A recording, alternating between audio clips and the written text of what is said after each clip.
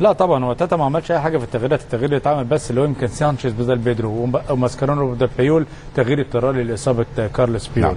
فقط لا غير. انما بعد الدقيقه 77 جاءت 3 اهداف. انا في رايي ان التغييرات كلها جت من التحرك بتاع ميسي رقم 1، من الخطا اللي عمله كابوريس ب5 مدافعين واللاعب على خط واحد للمدافعين امام لاعب مهاره، خروج شوميترا كوسط ايمن كان بيدافع كويس جدا مع تيو، عشان كده ما شفناش في الشوط الاول ولا حتى بيدرو نفس القصه، ونزول ريوس اللي لعب في نص الملعب جنب الظهار عمل لخمه في وسط الملعب وساب الحته بتاعت اليمين خالص يتحرك فيها مع نغور القلب الدفاعي. عشان كده اعتقد من يتحمل نتيجه المباراه في رايي انا عوده ليونيل ميسي لتوهجه وتالقه في صناعه الاهداف، ده رقم 1 لانه لاعب يمتلك. ظل مصر على انه يريد ان يسجل، حتى كان في كورتات كان نوع من الانانيه، كان يريد ان يسجل وتوقف أنطونيو عند هذا الجانب. ليس فقط ميسي ولكن ايضا تحدث لرونالدو، تحدث لدييغو. شفنا النهارده امبارح مع اربيلو نفس الموضوع الشيء.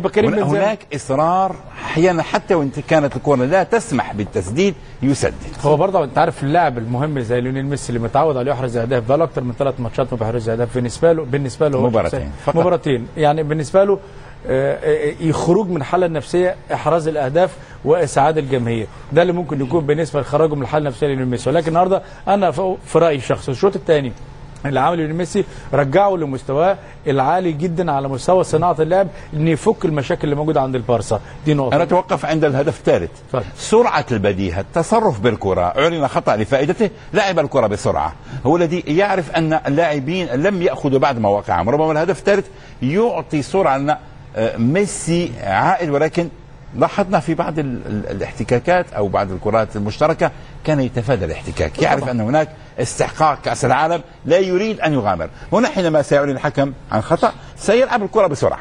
ونفس برضه الخطا اللي موجود وبيدرو وتيو موجود فين، وهو دي تموقع اللاعبين بشكل خاطئ جدا في دي الفنيات اللي هي بتاعت لاعب ثمنه 250 مليون يورو زي ما يقال في السوق، ان هو افضل لاعب العالم، عنده امكانيات، عنده نظره ثاقبه وكبيره جدا بالنسبه لصناعه اللعب، غير ان هو معدل احراز اهداف. عشان كده اعتقد ان ميسي النهارده في رايي اعاد البارسا لمستواه العالي في النواحي الهجوميه على المستوى الجماعي، على عكس الشوط الاول. واحنا بنتفرج على البارسا كمان بقى لنا مباراه ونص، مباراه ليفانتي الاولى والمباراه في الشوط الاول النهارده، اعتقد ان برشلونه كان بعيد تماما عن مستواه. عوده ليونيل ميسي رقم 1 للمستوى العالي في الاداء لجماعيه الفريق، اعتقد قدرت البارسا شكل. هذا ربما النقطه الايجابيه كابتن انطونيو. No, yo la única duda que me deja